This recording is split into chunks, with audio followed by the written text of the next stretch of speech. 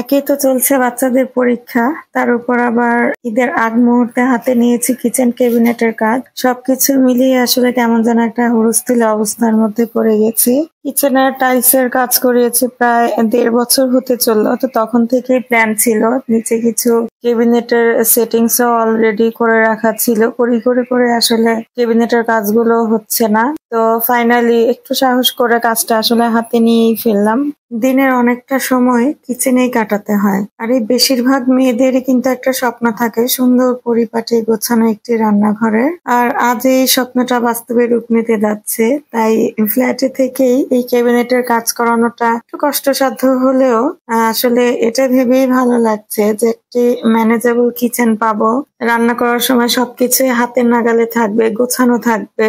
আচ্ছা, সংসার গোছাতে কার না ভালো লাগে বলেন তো? তবে সমস্যা হলো যখনই ঘরের জন্য কোনো কিছু কিনতে যাই, প্রতিটা সময়ে কেমন যেন বাজেটের বাইরে চলে যায়, আর এর জন্য খানিকটা সমস্যায় পড়তে হয়। এবার জানি না, আল্লাহই ভালো জানে ভাগ্যে কি আছে। তবে আল্লাহর কাছে প্রে করছি সবকিছু যাতে সুন্দরভাবে হয়, বাজেটের মধ্যে হয়। তবে কাজটা শেষ হোক, তারপর ইনশাল্লাহ আপনাদের সাথে শেয়ার করব মোট কত টাকা খরচ হলো বা কিচেনের ফাইনাল লুকসটা কেমন হলো। আসলে সবার হাতের কাজ কিন্তু একরকম হয় না, তেমনই সব মিস্ত্রির হাতের কাজ একরকম হয় না, সবাই একরকম ডেডিকেশন দিয়ে কাজ করে না। তবে এই ভাইয়ের কাজটা একটু একটু যা দেখলাম মনে হচ্ছে কাজটা ভালোই হবে। উনি অনেকটা সময় নিয়ে অনেকটা গুছিয়ে ধৈর্য সহকারে আসলে কাজটা করছে। আর আমার মতো যারা একটু খুঁতখুঁতে মেজাজের আছেন তাদের কাজ করাটা কিন্তু এত সহজ নয়। প্রতিটা কাজের কেমন যেন ভালো দিকটার থেকে খারাপ দিকটা আগে চোখে পড়ে, আর এই স্বভাবের জন্য ওর বাবার সাথেও কিন্তু মাঝে মধ্যে কথা কাটাকাটি হয়। ভিডিওতে ভয়েস দিচ্ছি, তবে কণ্ঠ শুনেই বোঝা যাচ্ছে আমি কতটা টায়ার্ড। বাচ্চাদের এমনিতে এক্সাম চলছে, সেই সকাল 6টায় ঘুম থেকে উঠতে হয়, আর পরীক্ষা দেওয়ার আগে একটি রিভিশন তো ওদের দেয়াতেই হবে।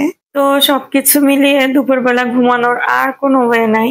আসলে যারা বাসার কাজ করিয়েছেন তারা আসলে এই বিষয়গুলো খুব ভালোভাবেই বুঝতে পারবেন যে বাসার যে কোনো কাজই করানো আসলে এতটা ইজি নয়।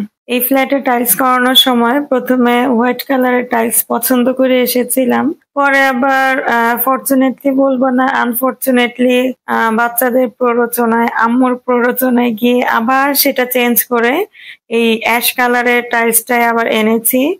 কেন জানি না, আসলে সাদা কালারটা আমার কাছে খুবই ভালো লাগে। সাদা কালারের টাইলস বলেন, বেডশিট বলেন বা হোয়াইট কিচেন বলেন, দেখতে অনেকটা ভাইব্রেন্ট লাগে, ঘরটা মনে হয় যেন অনেক বেশি বড় বড় দেখায়। তবে ওদের বাবার কিন্তু কালারফুল সবকিছু অনেক বেশি পছন্দ। যতটুকু কাজ আছে মিস্ত্রি বলেছিল 2-3 দিনের মধ্যে হয়ে যাবে, তবে জানি না আদৌ 2-3 দিনের মধ্যে সম্পূর্ণ কাজ কমপ্লিট হবে কিনা। মিস্ত্রিকে কাজটা হাতে দেওয়ার আগেই বলেছিলাম, যেহেতু বাসায় একটা ফ্যামিলি বাসায় কাজ করছেন, বাচ্চা কাচ্চা নিয়ে আমাদের সবকিছু ফ্ল্যাটের মধ্যেই করতে হয়, তা আপনাকে কিন্তু অবশ্যই খুবই দ্রুততার সাথে কাজটা করতে হবে। আজকের ভিডিওটি ছিল এই পর্যন্তই। আশা করছি খুব দ্রুত বাসার কাজের নেক্সট আপডেট নিয়ে চলে আসব। ভিডিওটি ভালো লাগলে অবশ্যই শেয়ার করবেন। আল্লাহ হাফেজ।